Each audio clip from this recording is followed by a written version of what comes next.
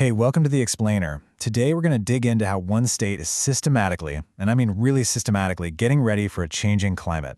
We're breaking down the official playbook for Massachusetts, a state that's right on the front lines of what's happening. The signs are, well, they're everywhere, and they're getting pretty hard to ignore. We're seeing more intense storms causing flooding way inland, coastal towns are dealing with rising seas, and those summer heat waves, they just keep getting worse. The climate is definitely changing, and we're all feeling the effects right now.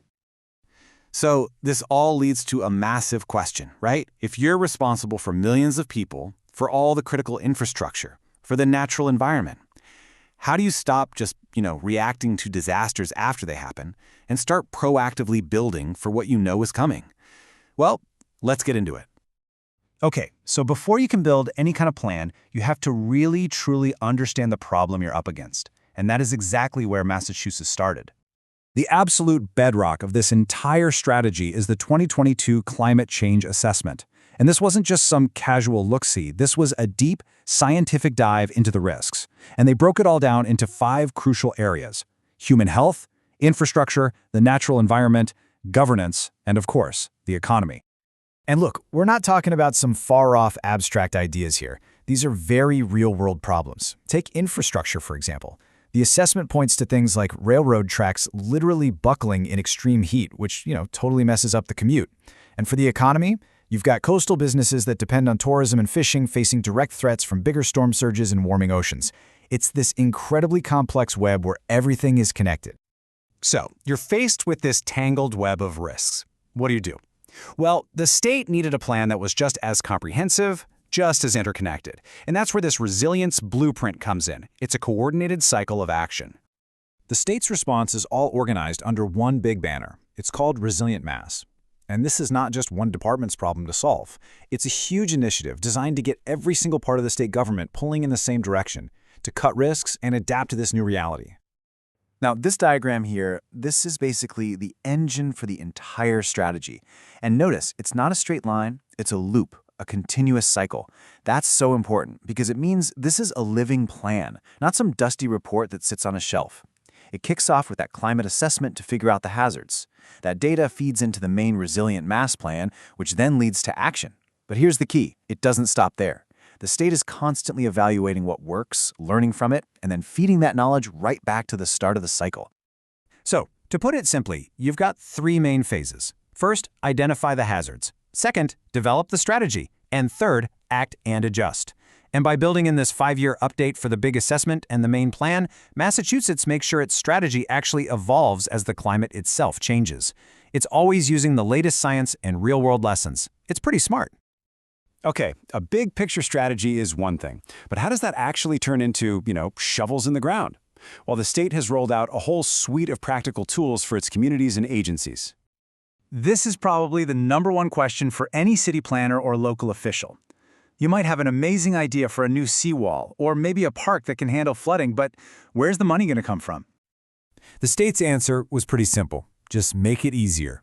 Instead of making towns navigate this confusing maze of different grant programs, they created something called the Eco One Stop. You can think of it like a single front door for funding. It funnels all the different opportunities into one place, so communities can actually get the support they need for the projects without all the headache.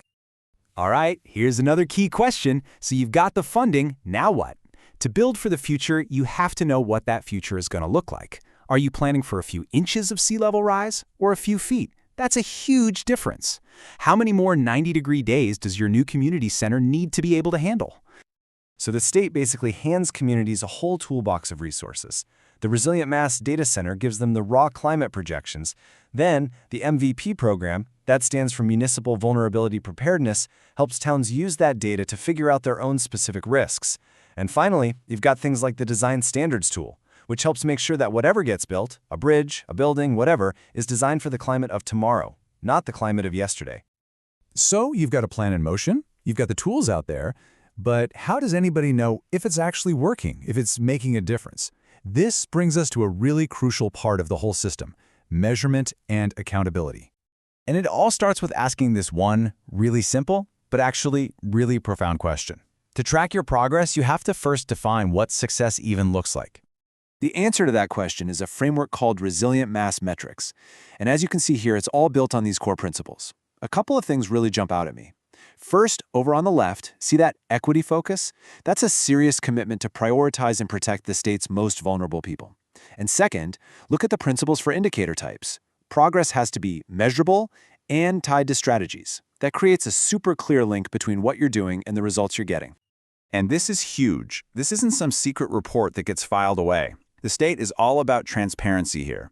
Anybody can go online to the Resilient Mass Metrics dashboard or read the annual climate report card and see the data and track the progress for themselves. So, all of these plans, all these tools, all these metrics, what's it all for? What's the end game? Well, it's all driving toward one single powerful vision for the future of Massachusetts. I mean, that vision statement paints a really clear picture.